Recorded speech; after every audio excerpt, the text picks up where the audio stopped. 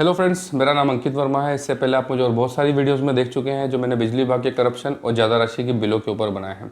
आज मैं बिजली विभाग के ऊपर एक बहुत ही इंपॉर्टेंट टॉपिक के ऊपर बात करने वाला हूं, जिसमें गवर्नमेंट ऑफिसर और आउटसोर्सिंग की मिलीभगत से किस तरह से खुलेआम रिश्वत ली जाती है और उसके बाद में भी आप इनका कुछ नहीं बिगाड़ पाते हैं। ऐसा क्यों होता है, इसके पीछे क्या रीज़न है, इस वीडियो को लास्ट तक जरूर देखिएगा। मैं इसमें बहुत ही इंपॉर्टेंट जानकारी आपको बिजली विभाग के करप्शन से संबंधित देने वाला हूँ। सब्सक्राइब कीजिए हमारे यूट्यूब चैनल को और बेल आइकन को प्रेस कीजिए हमारे लेटेस्ट वीडियो के नोटिफिकेशन के लिए। आप सभी जानते हैं कि बिजली विभाग के जितने भी जो अधिकारी होते हैं, जैसे कि एई, जेई, एसडीओ, डीई, एसी, ये सभी जितने भी अधिकारी होते हैं ये सभी गवर्नमेंट ऑफिसर होते हैं। लेकिन मेंटेनेंस और मीटर रीडिंग के लिए जितने भी एम्प्लॉय आते हैं ये सभी आउटसोर्सिंग कंपनी के आते हैं, जिसके लिए बिजली विभाग टेंडर निकालती है और किसी कंपनी के थ्रू इन आउटसोर्सिंग वाले बंदों को लगाया जाता है, जो कि मीटर रीडिंग का और मेंटेनेंस का काम करते हैं। लेकिन आपने एक चीज़ पर गौर किया होगा कि कभी भी कोई आपसे पैसे मांगता है या किसी काम को करने के लिए घूस मांगता है तो वो हमेशा आउटसोर्सिंग वाले बंदे ही मांगते हैं, जबकि ऐसा नहीं है कि घूस सिर्फ आउटसोर्सिंग वाले बंदे ही लेते हैं। आउटसोर्सिंग वाले जितने भी बंदे होते हैं वो जितना भी काम करते हैं उनकी सारी इन्फॉर्मेशन गवर्नमेंट ऑफिसर के पास होती है। ऐसा नहीं है कि एई जेई को नहीं पता कि आउटसोर्सिंग वाले बंदे रिश्वत लेते हैं, क्योंकि ये सब एक ही थाली के चट्टे बट्टे होते हैं और ये जितनी भी घूस आउटसोर्सिंग वाले बंदे लेते हैं वो सब इन लोगों के लिए ही होता है। ये इस तरह से ही काम करते हैं।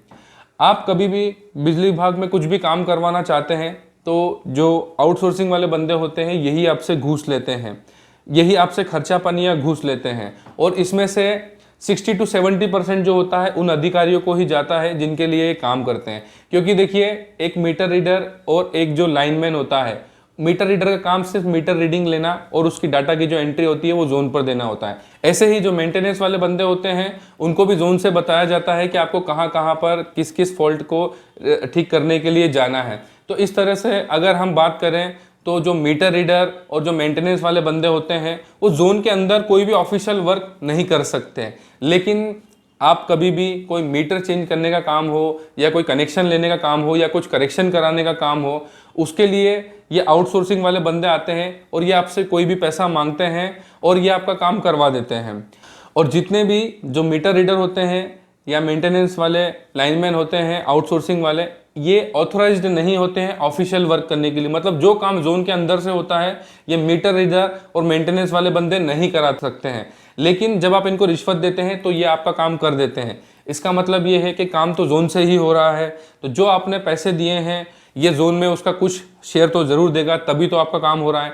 नहीं तो बिना पैसे दिए जोन में तो काम हो नहीं सकता। इसलिए जितने भी जो गवर्नमेंट के ऑफिसर होते हैं और जो आउटसोर्सिंग वाले बंदे होते हैं ये सब साथ में ही काम करते हैं, लेकिन रिश्वत लेने के लिए आउटसोर्सिंग वाले बंदों को ही पहुंचाया जाता है। तो ऐसा बिल्कुल भी नहीं है कि रिश्वत सिर्फ आउटसोर्सिंग वाले बंदे ही लेते हैं। ये आउटसोर्सिंग वाले जितने भी बंदे जो भी रिश्वत या घूस या खर्चा पानी आपसे लेते हैं ये सभी जो बिजली विभाग में एई जेई और बाकी अधिकारी होते हैं उनके पास तक जाता है। मुझे खुद एक आउटसोर्सिंग वाले बंदे ने बताया था कि हमारी 30% इसमें से इनकम होती है और 70% जो है वो जोन के अधिकारियों को जाता है।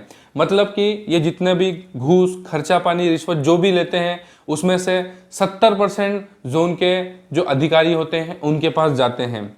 और देखिए, जब भी कभी ऐसा होता है कि कोई भी आउटसोर्सिंग वाला बंदा आपसे घूस लेता है, उसकी अगर आप कोई कॉल रिकॉर्डिंग या वीडियो रिकॉर्डिंग करके शिकायत करते हैं तो जोन पर जो भी अधिकारी होते हैं वो आपको ऐसा कहते हैं कि हमने इसको सस्पेंड कर दिया है, हमने इसको हटा दिया है और अब ये जोन पर नहीं है। ये हमेशा ऐसे ही करते हैं। जोन के जितने भी अधिकारी होते हैं, कभी कोई इनका आउटसोर्स वाला बंदा पकड़ा जाता है, उसके खिलाफ कोई सबूत आ जाता है वीडियो रिकॉर्डिंग या कॉल रिकॉर्डिंग के फॉर्म में, तो ये हमेशा ऐसा ही कहते हैं कि हमने उसको सस्पेंड कर दिया या इस जोन से हटा दिया, जबकि ऐसा नहीं होता है। इससे इनके दो फायदे होते हैं। एक तो आप उस गवर्नमेंट ऑफिसर जो जोन का है उसके ऊपर भ्रष्टाचार का आरोप नहीं लगा सकते, क्योंकि वो बंदा इनके लिए ही काम कर रहा था लेकिन पकड़ में वो आउटसोर्सिंग वाला बंदा आया था और अधिकारी के खिलाफ आपके पास कोई प्रूफ नहीं था। तो इसमें जो गवर्नमेंट ऑफिसर होता है वो उसके ऊपर आप भ्रष्टाचार का जो है आरोप नहीं लगा सकते और ना ही उसकी कभी नौकरी जाती है और ना ही वो किसी तरह की कोई प्रकरण में फंसता है। और जो आउटसोर्सिंग वाला बंदा होता है उसको ये आपको बताते हैं कि हमने सस्पेंड कर दिया या हटा दिया, लेकिन उसको किसी और जोन में शिफ्ट कर दिया जाता है। वहां पर भी वो वही काम करता है जो इस जोन में कर रहा होता है। बस फर्क इतना होता है कि वहां जो काम वो यहाँ पर इस अधिकारी के लिए कर रहा था, वहाँ पर वो वही काम उस अधिकारी के लिए कर रहा होता है, और वहाँ से एक आदमी को यहाँ पर भेज दिया जाता है। और इस तरह से इनका गिरोह जो है वो खुलेआम रिश्वतखोरी और घूसखोरी करता रहता है। इस तरह की परेशानी से बचने के लिए बिजली विभाग को पूरी तरह से या तो प्राइवेट करना होगा या पूरी तरह से इन्हें गवर्नमेंट का ही करना होगा, तभी इस तरह की समस्या का समाधान हो पाएगा। जब से आउटसोर्सिंग वाले बंदों से मीटर रीडिंग और मेंटेनेंस का काम करवाया जा रहा है, तब से इनके पास इस तरह का जो ऑप्शन है वो बढ़ गया है, जबकि आउटसोर्सिंग वाले बंदों की आड़ में ये खुलेआम रिश्वतखोरी कर रहे हैं। और कल को अगर कुछ होता भी है तो जो गवर्नमेंट ऑफिसर होते हैं उसको कोई प्रॉब्लम नहीं होती है, ना ही उसके ऊपर कोई भ्रष्टाचार का आरोप लगता है, ना ही आपके पास उनके खिलाफ कोई प्रूफ होता है, जबकि इनको सब पता होता है। क्योंकि जैसे कि मैंने आपको बताया, इनका 30-70 का रेशो होता है। आउटसोर्सिंग वाले मीटर रीडर या फिर जो लाइनमैन होते हैं वो आपसे जितना भी पैसा लेते हैं उसमें से 30% इनका होता है और 70% उस जोन के गवर्नमेंट ऑफिसर का होता है। तो इस तरह से बिजली विभाग जब तक पूरी तरह से प्राइवेट नहीं होता है या पूरी तरह से गवर्नमेंट का नहीं होता है, तब तक इसमें घूसखोरी रिश्वतखोरी कभी भी बंद नहीं होगी। और इस वीडियो में मैंने जो भी बताया इसके बारे में आप इस वीडियो पे कमेंट जरूर कीजिएगा, क्या मैंने सही कहा है या मैंने गलत कहा है। आप इस वीडियो पे कमेंट जरूर कीजिएगा।